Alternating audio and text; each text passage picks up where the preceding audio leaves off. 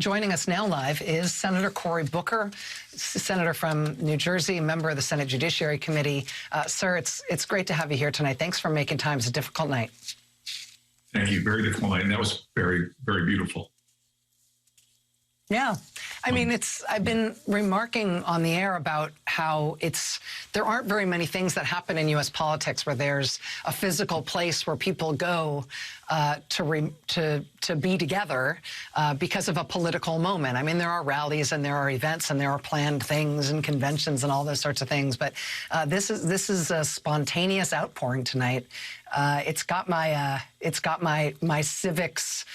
civic soul sort of inflamed here looking at it. It's actually a very inspiring thing to see. It really is. And I think that a lot of Americans get it at their core, that we have been a country where by force of law, whether you're gay or black or a woman, the laws of this country were against you. And that building there, Plessy versus Ferguson, I could go through many of the awful, horrible cases, but it's been champions in that building, from Thurgood Marshall to Ruth Bader Ginsburg, that helped this nation recognize the humanity and the dignity and the equality of us all.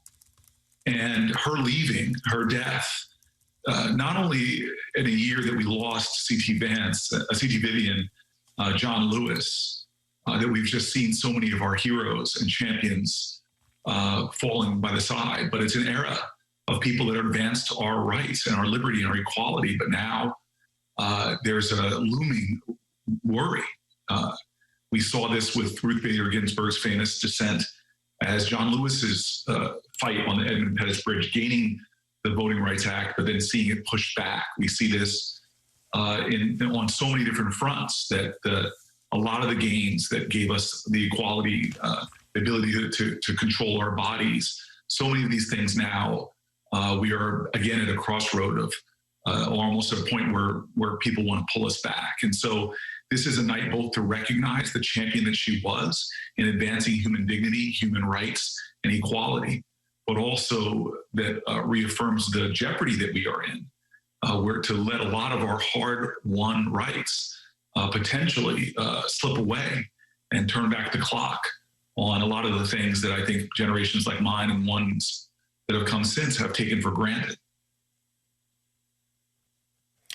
Senator, can you tell us, to the best of your estimation, what's going to happen on your committee, on the Senate Judiciary Committee, over these next few weeks? I am assuming that we will get President Trump announcing a nominee very quickly. We know the list that he says he will choose from of those nominees. He's made public lists of the people he said he will consider. What do you think will then happen? It's a Republican-controlled committee. Senator Graham is the chairman. He has said in the past that if an opening came up in the last year of President Trump's term, quote, we will wait till the next election. Do you believe he will keep his word about that? Do you have expectations in terms of how this is going to play out? Well, I don't have many expectations right now. There's obviously, as you can imagine, amongst me and my colleagues, a lot of conversations and talk, and I think that's going to continue through the hours into the weekend. But I want to just pause for a second about what you say about Lindsey Graham. There are a lot of senators that went to the floor during the Merrick Garland, I'll call it a controversy because it really was, and made very firm statements about the timing of the election. And they were unequivocal, and they were very plain. And I think that this is going to be one of the great integrity checks of whether people's word, honor, and integrity really is going to be steadfast. Now, I have no illusions. I'm not so starry-eyed that not to believe that this is a rough world of politics, but I do believe that many of my Republican colleagues, should they go against what they said 4 years ago, they will not only do damage to their own sense of honor, but I think they're going to do further damage to the institution in and of itself. And so I don't know how this is going to roll, but if we cross that hurdle first with people like Lindsey Graham going against what they said 4 years ago and others who came to the floor and made plain statements, I think that we are going to go into unfortunately, another dark road. And I can't I can't be sure how it all will play out.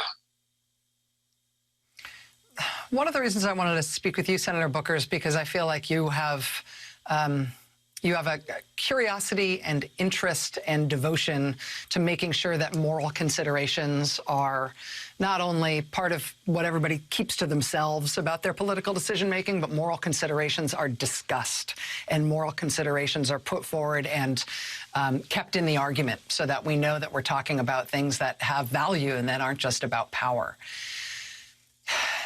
Senator McConnell has said gleefully before the passing of Justice Ginsburg that, of course, if there was a vacancy while President Trump was in office, even if it was, 5 minutes before the election, of course he would fill it. He's been publicly gleeful and has actually even raised funds on the basis of the fact that he would be rankly hypocritical in his approach to a Supreme Court vacancy with a Republican president in office versus a Democratic president in office. And that sort of excitement about it, that sort of glee in putting forward that it is about power and nothing else, that there is no principle at work, that I will do what is necessary to maximize my party's power no matter what. And anybody who falls for any idea of a principled decision about these things is a sucker who I will gleefully take advantage of. That performative power politics and sort of the rule of might makes right is something that I feel like we're living through now in Republican politics and in the Trump era. It's also something that I don't feel like I have very much clarity at all as to what's the best tactical way to fight back against it and to what's the moral way to fight back against it. I mean, do Democrats such as yourself on the Judiciary Committee stick to your principles and do what's right and be institutionalists and think about the Constitution and think about the country and get taken advantage of because of it when they're playing pure power on the other side? How do you defend against the kind of politics you're up against if it really is just about seizing control? Well, I think you started the right way. This has been an era where I've had a difficult time struggling with the degree to which Donald Trump's presidency has been moral violation after moral violation. Things that my Republican colleagues, many of them I've had conversations in private, that they've been disgusted with the things that this president has done to institutions, his attacks on law enforcement, his attacks on the FBI, his attacks on the intelligence community. This has been a moral moment from its very beginning. And I know people might have used rank power to try to win sort of their interest gains and stay loyal to the president, all in the guise of that. But we are in a moral moment in America. And I think that this is a moment where we're going to all be tested in how we choose to respond. So I know there will be a lot of attention, rightfully, on Senate Democrats. There'll be people talking about what are the tactics or levers we have at all. I heard Hillary Clinton rightfully talk at the beginning of the show about whatever procedural techniques we have, tactics we have. But I also want to tell you, when they wanted to pull away the Affordable Care Act, it wasn't just Senate Democrats trying to figure out ways to protect health care for millions of Americans. It was America that showed up in a way that was so significant. And I'm hoping that this is a moment where America shows up. Regardless of what your political persuasion is, there is a clear way to go to honor how we set up the traditions under Merrick Garland, that if they're violated now with all that's at stake, I'm hoping people will speak out. That's why the Supreme Court before me that you're showing, with so many Americans spontaneously coming out, gives me hope that this will be one of those times that even if Republicans want to do the wrong thing, that there will be enough people that have a sense of shame, enough people that have a sense of honor, that they will stand up and speak up and prevent them from thrusting the Senate further into a sort of an era of delegitimization, but from yanking and pulling the Supreme Court down further in the eyes of many Americans in terms of being an illegitimate institution that has been overcome by power politics.